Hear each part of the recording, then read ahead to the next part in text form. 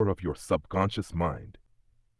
क्या आपने कभी सोचा है कि दो लोग एक जैसी परिस्थितियों में जन्म लेते हैं, एक ही शहर में रहते हैं, लगभग एक जैसी शिक्षा प्राप्त करते हैं, फिर भी एक व्यक्ति असाधारण सफलता प्राप्त कर लेता है और दूसरा पूरी जिंदगी संघर्ष करता रहता है?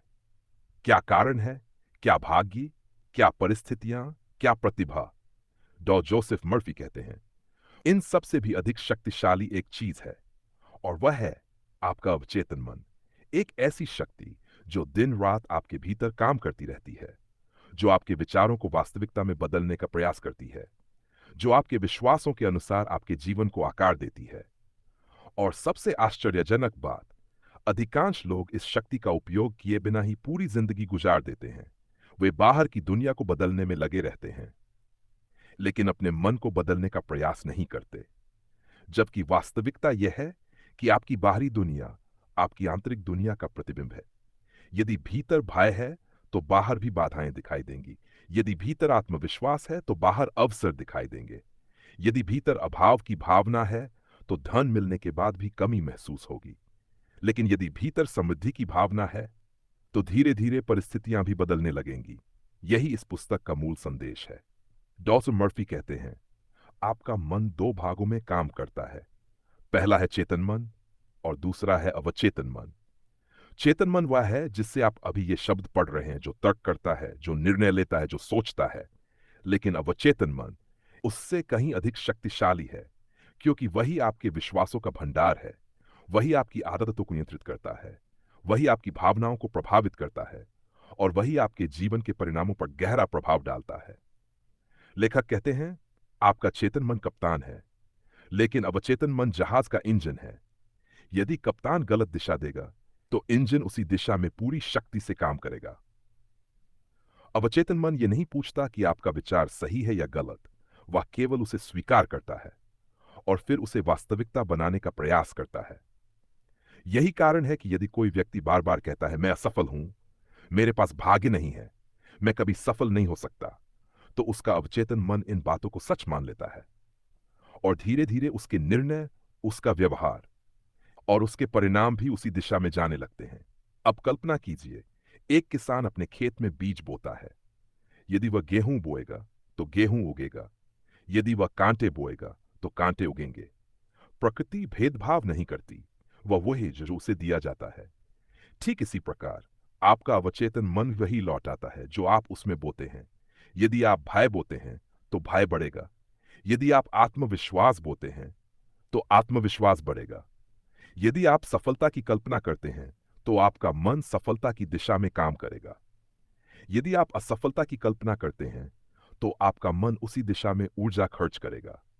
इसलिए लेखक कहते हैं, अपने विचारों को हल्के में मत लीजिए, क्योंकि हर विचार एक बीज है और हर बीज कभी न कभी फल देता है। बहुत से लोग कहते हैं, मैं सकारात्मक सोचता हूं लेकिन मेरी जिंदगी नहीं बदलती। लेखक कहते हैं, कारण यह है कि केवल शब्द पर्याप्त नहीं है, विश्वास आवश्यक है। यदि आप मुंह से कह रहे हैं, मैं सफल हूं, लेकिन भीतर से विश्वास कर रहे हैं, मैं असफल हूं, तो अवचेतन मन किसकी सुनेगा? वह उस बात को स्वीकार करेगा जिस पर आप वास्तव में विश्वास करते हैं। इसीलिए पुस्तक बार बार कहती है, अपने विश्वास बदलो, क्योंकि विश्वास ही वास्तविक शक्ति है। अब प्रश्न है, विश्वास बदले कैसे जाएं? लेखक एक सरल तरीका बताते हैं। वे कहते हैं, बार बार सकारात्मक विचारों को दोहराइए, लेकिन केवल शब्दों की तरह नहीं, भावना के साथ। उदाहरण के लिए, यदि आप आर्थिक समृद्धि चाहते हैं तो दिन में कई बार शांति से कहिए, मेरे जीवन में समृद्धि बढ़ रही है, मैं प्रगति कर रहा हूं, अवसर मेरी ओर आ रहे हैं। धीरे धीरे आपका अवचेतन मन इन विचारों को स्वीकार करने लगेगा और फिर आपके निर्णय भी बदलने लगेंगे। पुस्तक का अगला महत्वपूर्ण सिद्धांत है कल्पना की शक्ति। डॉस मर्फी कहते हैं, आपका अवचेतन मन चित्रों की भाषा समझता है। इसलिए यदि आप अपने लक्ष्य की स्पष्ट मानसिक तस्वीर बनाते हैं तो आपका मन उसे प्राप्त करने के लिए काम करना शुरू कर देता है। मान लीजिए, आप एक सफल व्यवसाय खड़ा करना चाहते हैं, तो हर दिन कुछ मिनट ये कल्पना कीजिए कि आपका व्यवसाय सफल हो चुका है, ग्राहक आ रहे हैं, आप आत्मविश्वास से निर्णय ले रहे हैं, आप प्रगति कर रहे हैं। ये कोई जादू नहीं है, ये मानसिक प्रशिक्षण है। और यही तकनीक दुनिया के अनेक सफल लोगों ने अपनाई है। अब पुस्तक का सबसे प्रसिद्ध संदेश, डर मनुष्य का सबसे बड़ा शत्रु है, लेकिन लेखक कहते हैं डर वास्तविकता से अधिक कल्पना में रहता है। हम अक्सर उस चीज से डरते हैं जो अभी हुई ही नहीं है। हम भविष्य की नकारात्मक कहानियां बना लेते हैं और फिर उन्हीं से परेशान होते रहते हैं। यदि कोई व्यक्ति बार बार सोचता है मैं बीमार पड़ जाऊंगा, मैं असफल हो जाऊंगा, सब कुछ खराब हो जाएगा, तो वह अपने अवचेतन मन को लगातार नकारात्मक आदेश दे रहा है।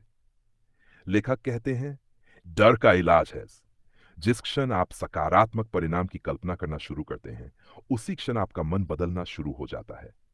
एक और गहरी बात, बहुत से लोग सफलता चाहते हैं, लेकिन वे सफलता के योग्य महसूस नहीं करते। वे भीतर से मानते हैं कि बड़ी सफलता केवल कुछ विशेष लोगों के लिए है। यही सोच उन्हें रोकती है, क्योंकि आपका अवचेतन मन हमेशा आपके आत्मचित्र के अनुसार काम करता है। यदि आप स्वयं को छोटा मानते हैं, तो आपकी उपलब्धियां भी सीमित रहेंगी। यदि आप स्वयं को सक्षम मानते हैं, तो आपकी संभावनाएं बढ़ जाएंगी। इसीलिए लेखक कहते हैं अपने बारे में सम्मानजनक सोच विकसित करो। घमंड नहीं, लेकिन आत्मसम्मान। अब एक महत्वपूर्ण विषय, क्षमा। डॉ मर्फी कहते हैं बहुत से लोग इसलिए आगे नहीं बढ़ पाते क्योंकि वे अपने भीतर क्रोध और कटुता लेकर चलते हैं। वे वर्षों पुरानी घटनाओं को पकड़े रहते हैं, उन्होंने किसी को क्षमा नहीं किया, और परिणाम, सबसे अधिक नुकसान उन्हें स्वयं होता है, क्योंकि नकारात्मक भावनाएं अवचेतन मन को प्रभावित करती हैं। वे मन की ऊर्जा को नष्ट करती हैं। इसलिए लेखक कहते हैं क्षमा किसी दूसरे व्यक्ति के लिए नहीं, स्वयं की शांति के लिए आवश्यक है। इसी प्रकार चिंता भी एक आदत बन सकती है। कुछ लोग हर परिस्थिति में चिंता खोज लेते हैं। सब ठीक हो, फिर भी चिंता। भविष्य अच्छा दिख रहा हो, फिर भी चिंता। लेखक कहते हैं चिंता नकारात्मक कल्पना है और विश्वास सकारात्मक कल्पना। दोनों में अंतर केवल दिशा का है। इसलिए यदि आपका मन भविष्य की तस्वीर बना ही रहा है, तो क्यों न एक बेहतर तस्वीर बनाई जाए। अब पुस्तक का अंतिम और सबसे शक्तिशाली सही संदेश, आपका अवचेतन मन हमेशा कार्य कर रहा है। जब आप जाग रहे होते हैं तब भी, जब आप सो रहे होते हैं तब भी। इसलिए जो विचार आप बार बार दोहराते हैं, वे धीरे धीरे आपके व्यक्तित्व का हिस्सा बन जाते हैं, और आपका व्यक्तित्व आपकी नियति बन जाता है। यदि आप बार बार सफलता सोचते हैं, तो आपका मन सफलता की दिशा में कार्य करेगा। यदि आप बार बार भय सोचते हैं, तो आपका मन भय को मजबूत करेगा। यदि आप बार बार समृद्धि सोचते हैं, तो आपका ध्यान अवसरों पर जाएगा। यदि आप बार बार कमी सोचते हैं, तो आपको हर जगह कमी दिखाई देगी। इसलिए लेखक कहते हैं अपने मन के द्वार पर पहरा लगाओ। हर विचार को प्रवेश मत दो, हर डर को सच मत मानो, हर नकारात्मक आवाज को स्वीकार मत करो, क्योंकि आपका मन आपकी सबसे बड़ी संपत्ति है, और आपका अवचेतन मन आपके जीवन की सबसे शक्तिशाली शक्ति। जिस दिन आप उसे समझ लेंगे, उस दिन आपको एहसास होगा कि आपकी सबसे बड़ी सीमाएं बाहर नहीं थी, वे केवल आपके मन में थी। और जिस दिन वे सीमाएं टूट जाएंगी, उसी दिन आपके जीवन की दिशा बदलनी शुरू हो जाएगी। यही the power of your subconscious mind का सार है। जैसा आप भीतर विश्वास करते हैं, वैसा ही आप बाहर निर्माण करते हैं।